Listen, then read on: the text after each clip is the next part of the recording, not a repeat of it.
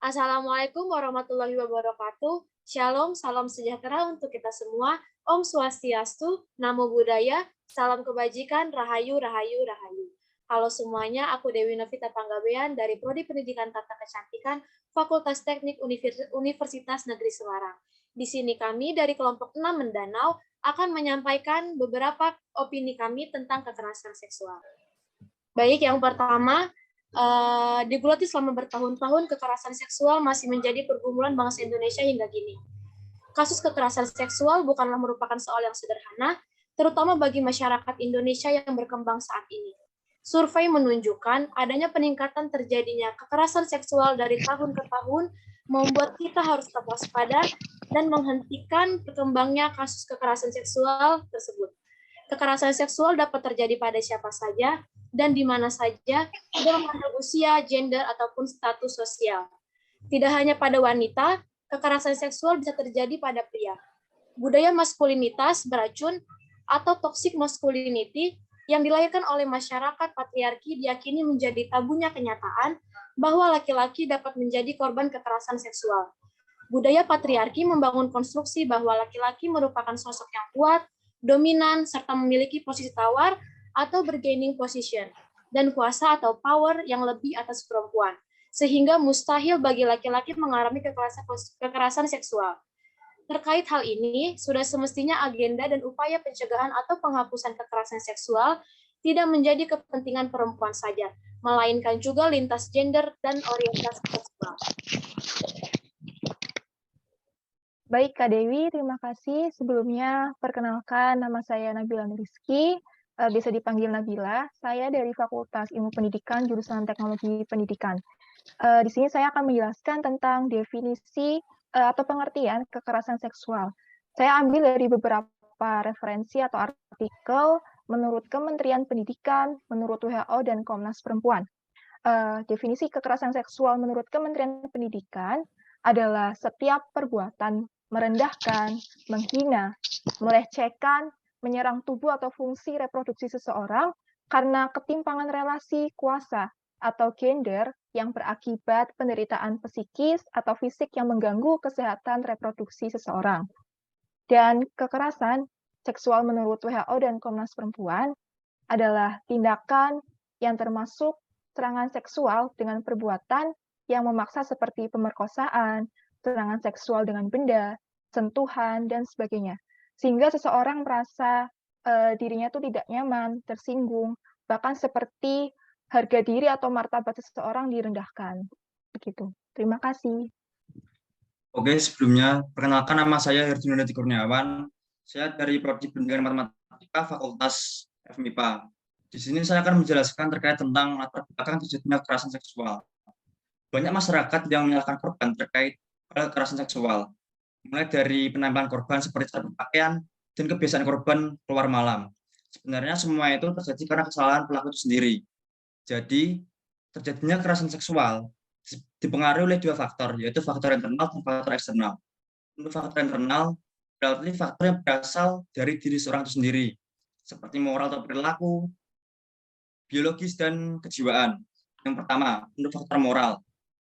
Seorang yang memiliki moral yang buruk, maka dia akan sulit untuk mengendalikan nafsu dan pelakunya, bahkan dapat menurunkan rasa nurani terhadap orang lain, sehingga dapat memunculkan tindak kejahatan seperti kekerasan seksual.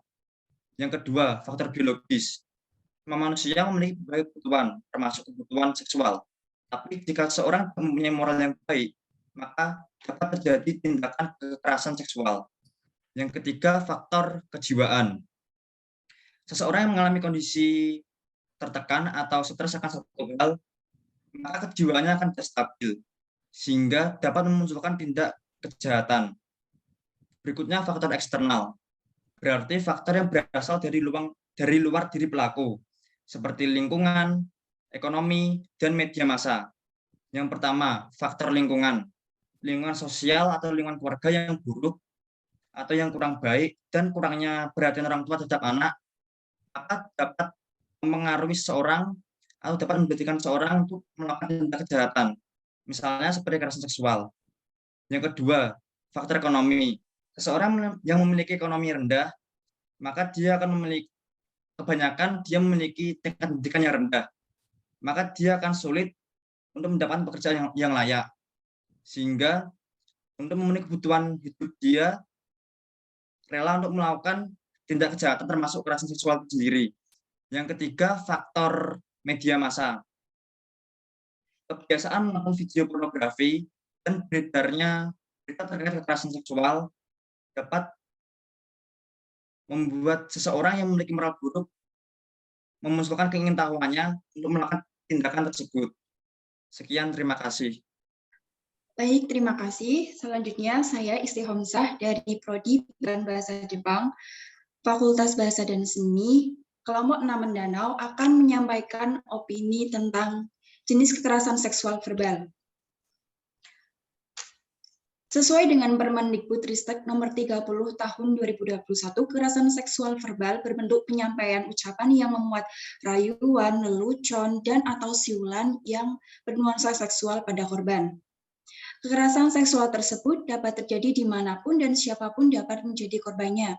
Sebagai contoh, pelaku melakukan siulan untuk menggoda perempuan yang sedang lewat di depannya. Pelaku menganggap hal itu bukanlah suatu masalah, padahal tindakannya termasuk kekerasan seksual verbal.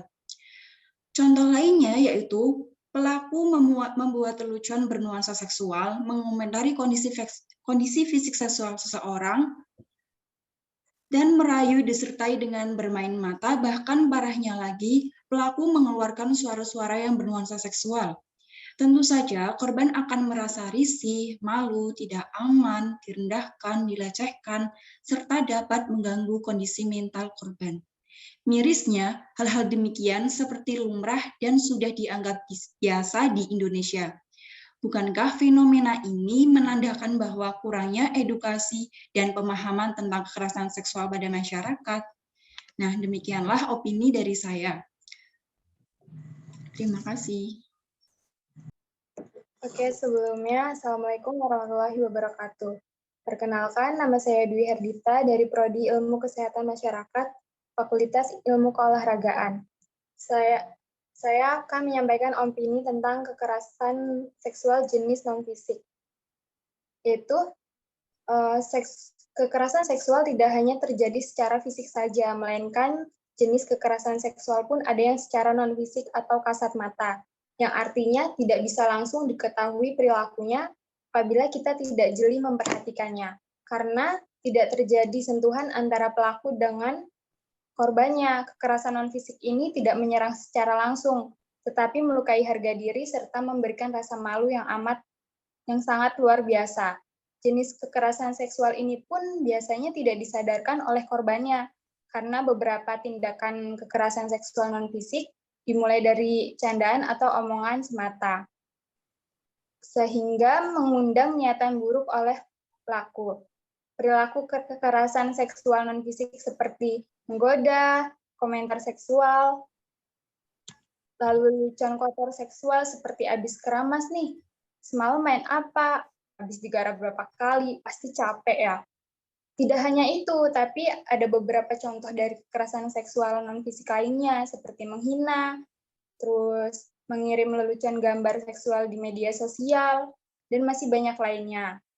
Maka kita harus lebih jeli untuk tahu bahwa perilaku atau kejadian tersebut termasuk ke dalam kekerasan seksual non-fisik atau tidak. Terima kasih. Baik, sebelumnya Assalamualaikum warahmatullahi wabarakatuh.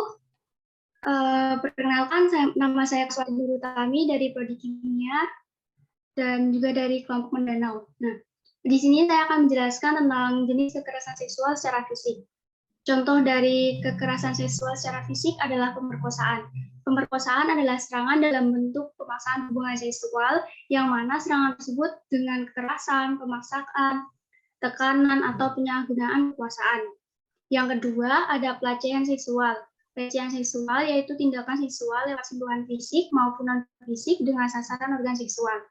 Kemudian ada eksploitasi seksual, yaitu tindakan penyalahgunaan kekuasaan yang timpang dengan tujuan memperoleh keuntungan. Lalu ada penyiksaan seksual, yaitu tindakan khusus yang menyerang organ seksualitas hingga menimbulkan rasa sakit atau penderitaan yang hebat. Contoh selanjutnya ada perbudakan seksual, yaitu situasi di mana pelaku merasa menjadi pemilik atas tubuh korban sehingga berhak melakukan apapun. Nah, pada intinya, kekerasan seksual secara fisik itu identik dengan pemaksaan terhadap suatu tindakan seksual pada tubuh orang lain. Sekian, terima kasih. Oke, baik. Selamat malam semuanya. Di sini perkenalkan, nama saya Karun Enrika. Saya dari jurusan Pendidikan Guru Sekolah Dasar Kelompok Mendanau. Di sini saya akan memberikan opini saya mengenai pelecehan seksual secara online atau secara daring. Di mana pelecehan seksual sendiri adalah perilaku seksual yang tidak diinginkan pada platform digital apapun. Dan ini bisa terjadi di antara kita semuanya atau di antara siapapun secara online. Jadi kita bisa mengalami ataupun orang-orang di sekeliling kita, bahkan yang sudah lebih tua daripada kita. Dan sama seperti kekerasan berbasis gender di dunia nyata, tindakan kekerasan tersebut harus memiliki niatan atau maksud yang melecehkan korban berdasarkan gender atau seksual. Nah, dari pelecehan seksual online ini ada beberapa macam-macam nih teman-teman. Yang pertama adalah trolling, di mana trolling ini adalah berupa hinaan, makian, candaan, atau komentar yang bermuatan seksis, atau yang menyerang ketubuhan baik berupa gambar ataupun tulisan sama seperti yang sudah dijelaskan sama teman kita tadi ya. Seperti contohnya adalah penghinaan nama atau pemberian julukan terhadap orang lain. Jadi ketika ada sebenarnya walaupun memberikan julukan atau nama kepada orang lain hanya bercandaan, tapi jika ada orang yang tersinggung atau melukai perasaan orang lain itu akan menjadi salah satu pelecehan kekerasan seksual seperti itu. Dan yang kedua adalah penyebaran foto atau video tanpa izin.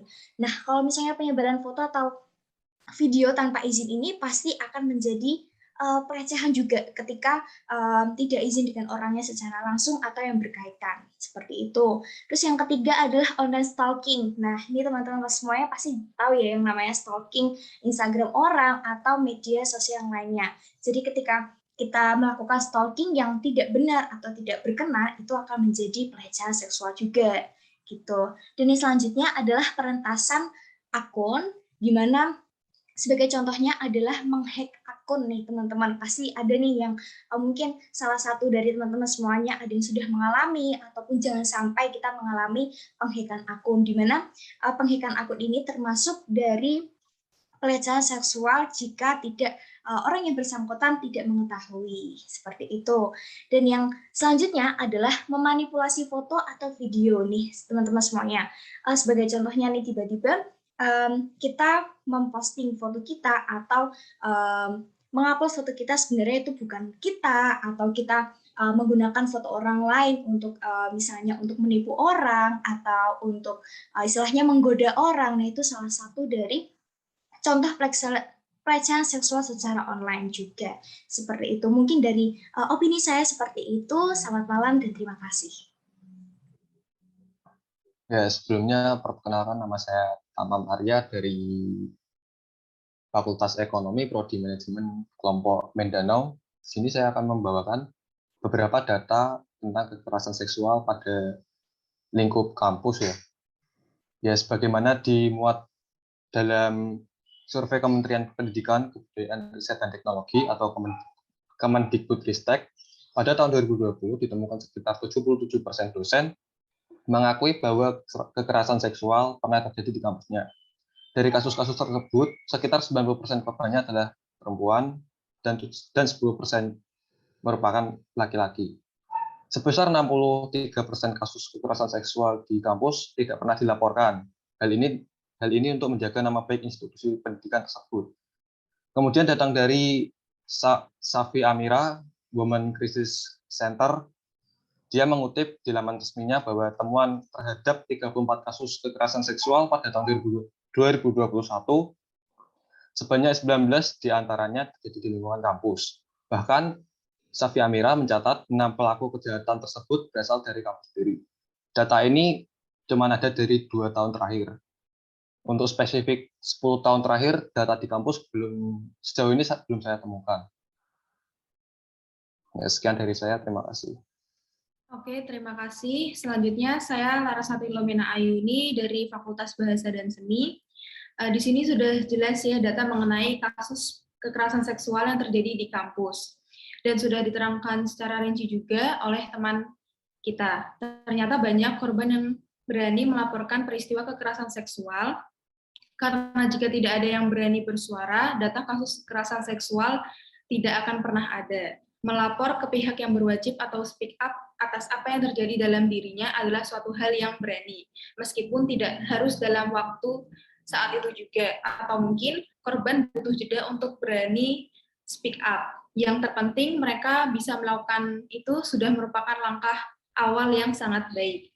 Tidak banyak juga orang yang bisa melakukan hal itu. Korban-korban yang berani speak up atau melapor adalah orang-orang yang merasa bahwa dirinya juga butuh keadilan, butuh kebenaran, dan butuh perlindungan.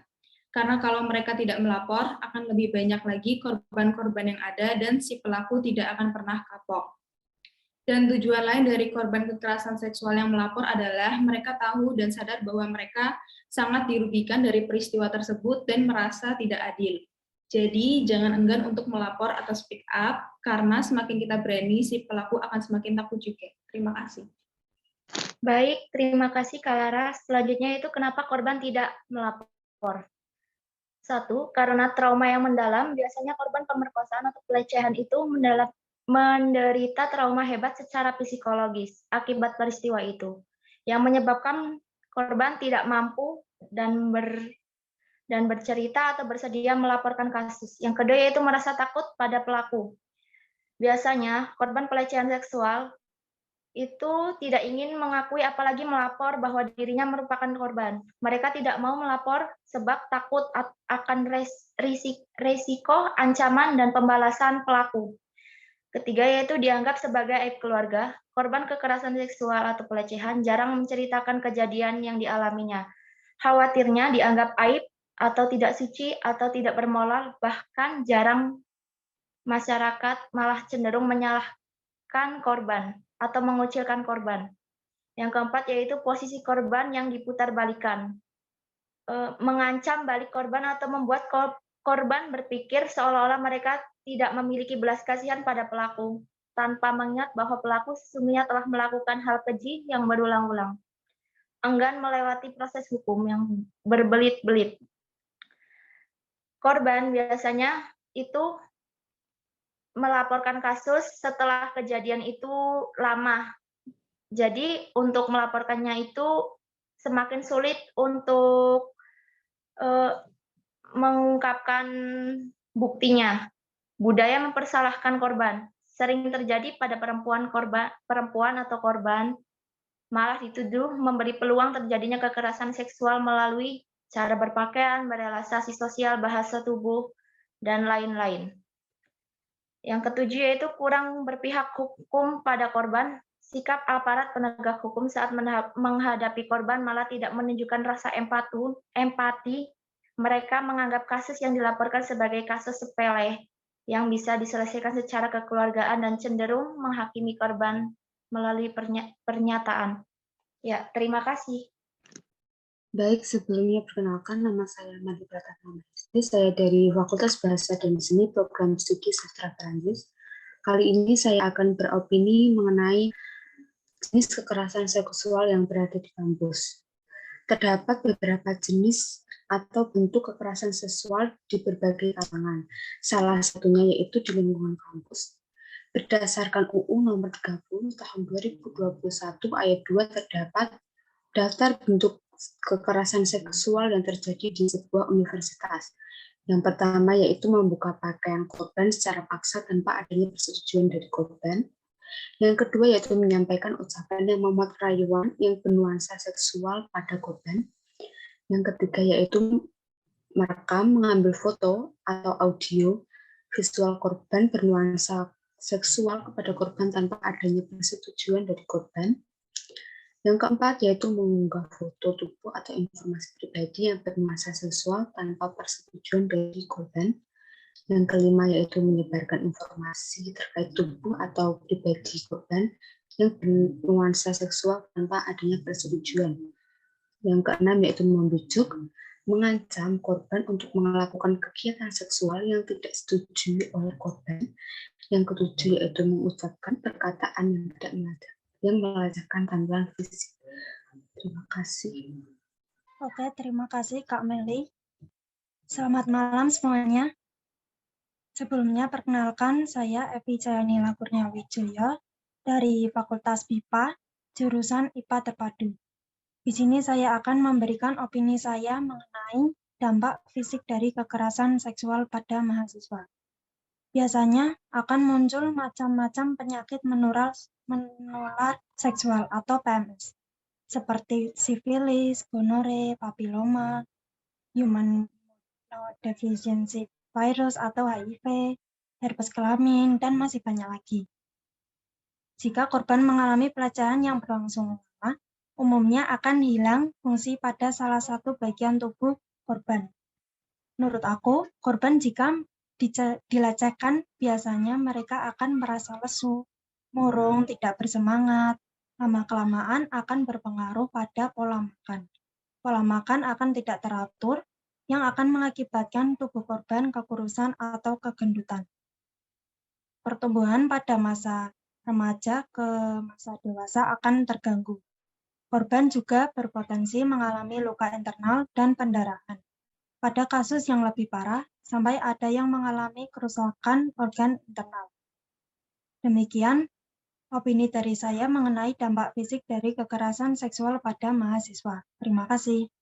Baik, terima kasih. Pertama, perkenalkan, saya Novi Fitri Rahayu dari Prodi Teknik Informatika Fakultas MIPA Kelompok Mendanau. Saya akan menjelaskan gangguan psikologis yang akan dialami oleh korban pelecehan seksual pada perempuan atau mahasiswa menurut opini saya. Setelah saya rangkum, secara singkat, dampak-dampaknya adalah sebagai berikut. Ada depresi, gangguan kecemasan atau anxiety, trauma, gangguan stres pasca trauma ataupun PTSD. Dampak-dampak tersebut akan menyerang mental atau psikis para korban. Dan lebih parahnya lagi, para korban mengalami ketakutan, sehingga muncul rasa atau keinginan untuk mereka melakukan suatu tindakan yang kejam atau bisa jadi bunuh diri. Hal ini juga menjadi masalah yang serius, yang akan dialami oleh para korban pelecehan atau korban kekerasan seksual. Sehingga banyak pusat pengobatan yang memusatkan untuk menghilangkan rasa ketakutan berlebih dan untuk meminimalisir rasa ataupun keinginan untuk bunuh diri dari para korban pelecehan seksual. Sekian opini dari saya, terima kasih. Sebelumnya terima kasih. Perkenalkan, nama saya Muhammad Ali Rashid dari Prodi Teknik Elektro, Fakultas Teknik Kelompok Mendanau. Kenapa sih kita harus mencegah kekerasan seksual? Karena menurut saya, kita sebagai generasi penerus bangsa, kita harus menghindari dan mencegah kekerasan seksual. Kekerasan seksual hanya akan mengakibatkan yang pertama, terputusnya sekolah, yang kedua, penyebab penyakit HIV atau AIDS, yang ketiga, masa muda kita akan terganggu, yang keempat, kita tidak bisa mendapatkan pekerjaan yang lebih layak bagi kita nantinya. Yang kelima, kekerasan seksual menimbulkan depresi atau trauma bagi korban. Dan masih banyak lagi dampak negatif dari kekerasan seksual. Oleh sebab itu, sebagai pemuda generasi penerus bangsa, kita harus memerangi kekerasan seksual. Karena kekerasan seksual merusak generasi-generasi yang unggul, dan kekerasan seksual hanya akan merugikan diri kita sendiri, keluarga, teman, kerabat, bahkan negara. Sekian, terima kasih. Oke, saya Karisma Syifa Aulia dari Prodi Akuntansi Fakultas Ekonomi Kelompok Mindanao. Izin menambahkan opini saya mengenai upaya preventif dari diri sendiri. Yang pertama, mencari tahu apa itu kekerasan seksual. Kita harus memahami apa yang dimaksud dengan kekerasan seksual itu sendiri, supaya kita bisa tahu tindakan-tindakan yang termasuk kekerasan seksual itu apa saja. Pasalnya, kebanyakan kasus-kasus kekerasan seksual terjadi akibat pemahaman yang minim tentang kekerasan seksual itu sendiri. Lalu, menurut saya adalah memberi batasan terhadap sesuatu yang berhubungan dengan seksualitas. Batasan yang dimaksud di sini seperti tidak membiarkan orang memegang atau menyentuh kita secara sembarangan, menghindari obrolan yang menjurus ke seksualitas, atau semacamnya. Lalu, senantiasa mengkomunikasikan perasaan kita. Hal ini dilakukan agar kedua pihak merasa nyaman, dan apabila ada sesuatu yang membuat tidak nyaman, maka kita berhak untuk menolaknya. Kemudian, bersikap waspada dan tegas terhadap orang lain, terutama lawan jenis, agar mereka tidak mudah untuk memperdaya kita. Dan yang terakhir menurut saya adalah belajar melindungi diri sendiri dengan mengikuti kelas bela diri, silat, karate, atau semacamnya, atau senantiasa membawa alat perlindungan diri. Sekian opini dari saya, terima kasih. Ya, sebelumnya terima kasih. Perkenalkan, saya Marlin Asmitarini dari kelompok Mendanau, Prodi Pendidikan Matematika, jurusan Matematika, Fakultas MIPA, Universitas Negeri Semarang. Di sini saya akan menyampaikan opini saya tentang upaya preventif dari keluarga dan masyarakat mengenai kekerasan seksual di perguruan tinggi.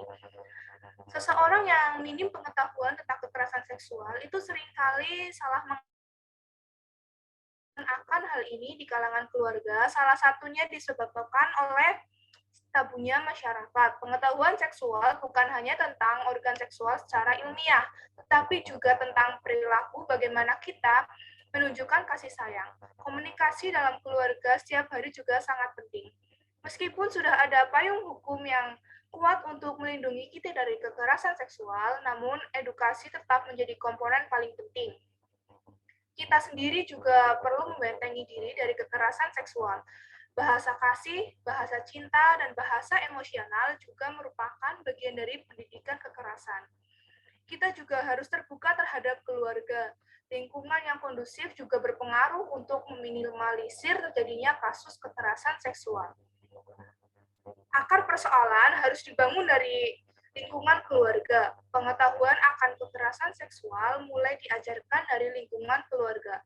Masyarakat juga harus aktif, mulai dari adanya sosialisasi, khususnya ke generasi muda pun perlu dilakukan, agar dapat membekali diri dari resiko kekerasan seksual yang mungkin terjadi di lingkungan kampus.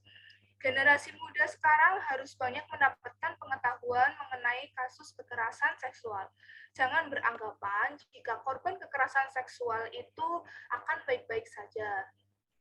Tetapi korban kekerasan seksual justru akan mendapatkan trauma yang sangat luar biasa.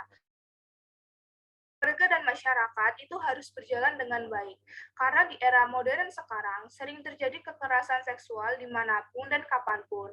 Namun, maraknya kasus kekerasan seksual sering terjadi di kampus yang dialami oleh mahasiswa. Sedihnya lagi, kebanyakan korban dari kekerasan seksual adalah perempuan.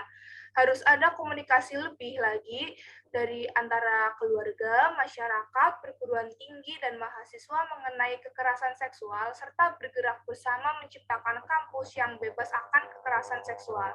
Sekian opini dari saya, terima kasih. Baik, terima kasih. Sebelumnya perkenalkan, nama saya Dea Sofia dari Prodi Ilmu Sejarah, Fakultas Ilmu Sosial. Di sini saya akan menjelaskan opini tentang bagaimana sih penanganan kekerasan seksual di perguruan tinggi.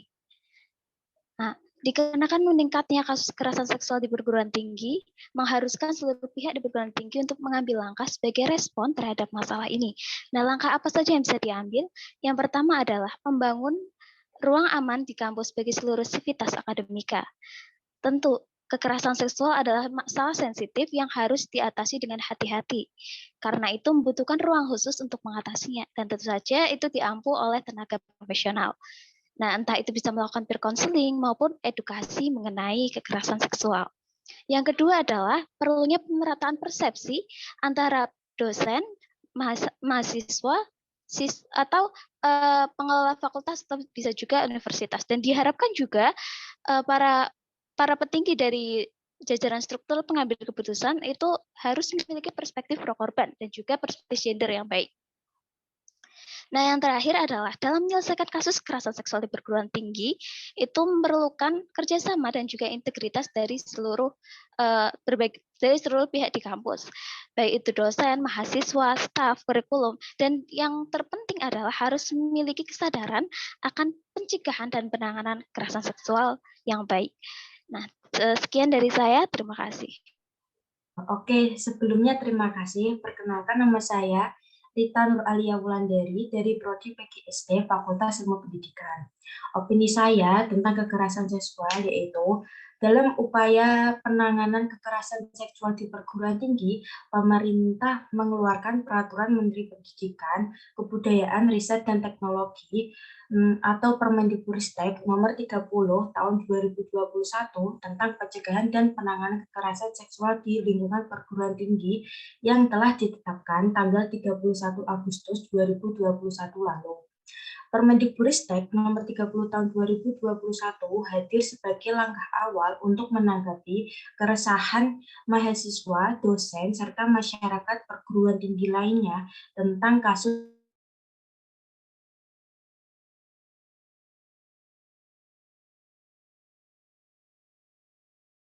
satu pedoman bagi perguruan tinggi untuk menyusun kebijakan dan mengambil tindakan pencegahan dan penanganan kekerasan seksual yang terkait dengan pelaksanaan tridharma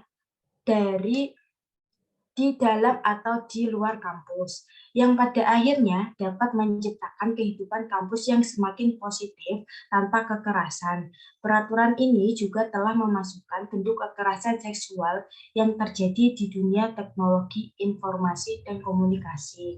Sekian, dan terima kasih untuk opini saya. Oke, terima kasih. Sebelumnya selamat malam. Perkenalkan, nama saya Maulana Arditara dari Fakultas Ilmu Sosial, jurusan Ilmu Politik. Saya mengajak teman-teman sekalian untuk mencegah kekerasan seksual. Bukan hanya perempuan yang bisa menjadi korban loh, bahkan lelaki pun bisa. Kekerasan seksual tidak memandang apa gender kita dan usia kita. Sudah sepatutnya kita menjaga hawa nafsu kita dan pikiran kita untuk hal yang positif. Kita juga harus menghargai hak setiap manusia yang diberikan Tuhan untuk kita. Karena kekerasan dalam bentuk apapun itu sudah melanggar hak seorang manusia. Sekian opini dari saya. Terima kasih. Halo semua, kenalin aku Cindy Nur Febriani dari Fakultas Teknik, Prodi Teknik Arsitektur. Pesan aku untuk kalian adalah perempuan itu punya hak untuk dicintai dan dihargai. Jadi jangan beri celah sedikit pun bagi laki-laki untuk merendahkan kita dimanapun dan kapanpun. Bagi kalian yang pernah mengalami kekerasan seksual, tetap semangat. Jangan merasa bahwa kalian adalah makhluk yang rendah karena kita perempuan punya value kita masing-masing. Kalian itu berharga. Dan jangan beri kesempatan untuk kedua kalinya bagi mereka pelaku kekerasan seksual untuk melakukan hal semacam itu lagi. Kalian harus berani menolak, kalian harus berani untuk speak up, kalian harus berani untuk bercerita kepada orang terdekat agar kalian itu tidak merasa terbebani. Dan jangan biarkan pelaku kekerasan seksual hidup tenang di luar sana. Sekian yang bisa kami sampaikan dari kelompok Mendanau. Semoga apa yang kami sampaikan bisa bermanfaat bagi kalian yang mendengarkan. Sekian, terima kasih. Wassalamualaikum warahmatullahi wabarakatuh. Selamat malam semua.